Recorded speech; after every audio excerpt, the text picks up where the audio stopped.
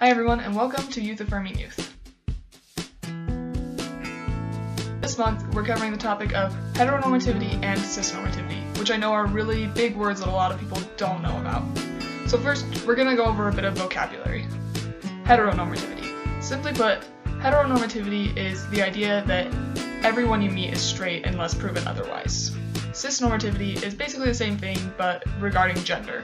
It's the idea that everyone's gender aligns with the one they were assigned at birth unless you're told otherwise. In my video, I'll be focusing mostly on heteronormativity because that's what I have the most experience and knowledge with. Two other words I'll be using a lot throughout this video are homophobia and cishet. First of all, homophobia doesn't exactly mean that you are afraid of gay people. Homophobia is used to describe any sort of language usage or behaviors that contribute to a homophobic society, meaning that it's a society that favors those who are cisgender and heterosexual. And finally, the word cishet refers to anyone who's cisgender and heterosexual. Cisgender being that your gender identity aligns with the one you were assigned at birth, and heterosexual meaning that you are attracted to people of the opposite sex. Like I said, heteronormativity is basically the idea that everyone is heterosexual until proven otherwise. A lot of modern societies were built on heteronormativity, meaning that they favor those who are heterosexual. It's why marriage between a man and a woman isn't a topic of debate.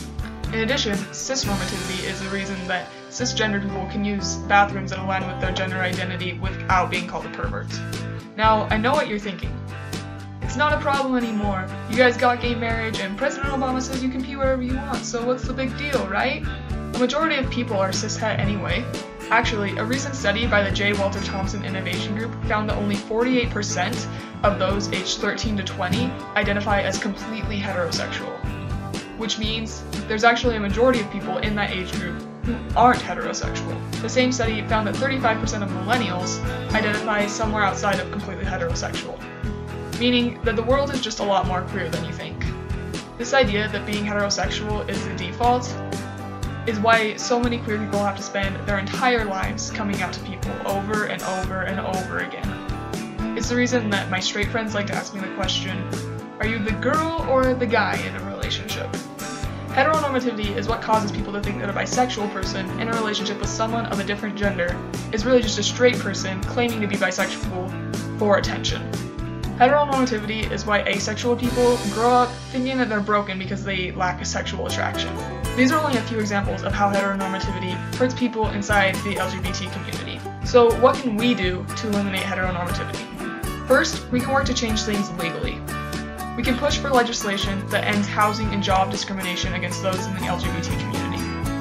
We can encourage comprehensive sex education programs that teach about different sexualities, as well as teaching about safe sex between couples outside of male and female pairings. Secondly, we can all work individually to become more inclusive. I'd suggest starting by looking at the language you use and avoiding homophobic comments. Some less obvious homophobic comments include suggesting that somebody is too young to know their sexuality if they come out at an age that's earlier than most.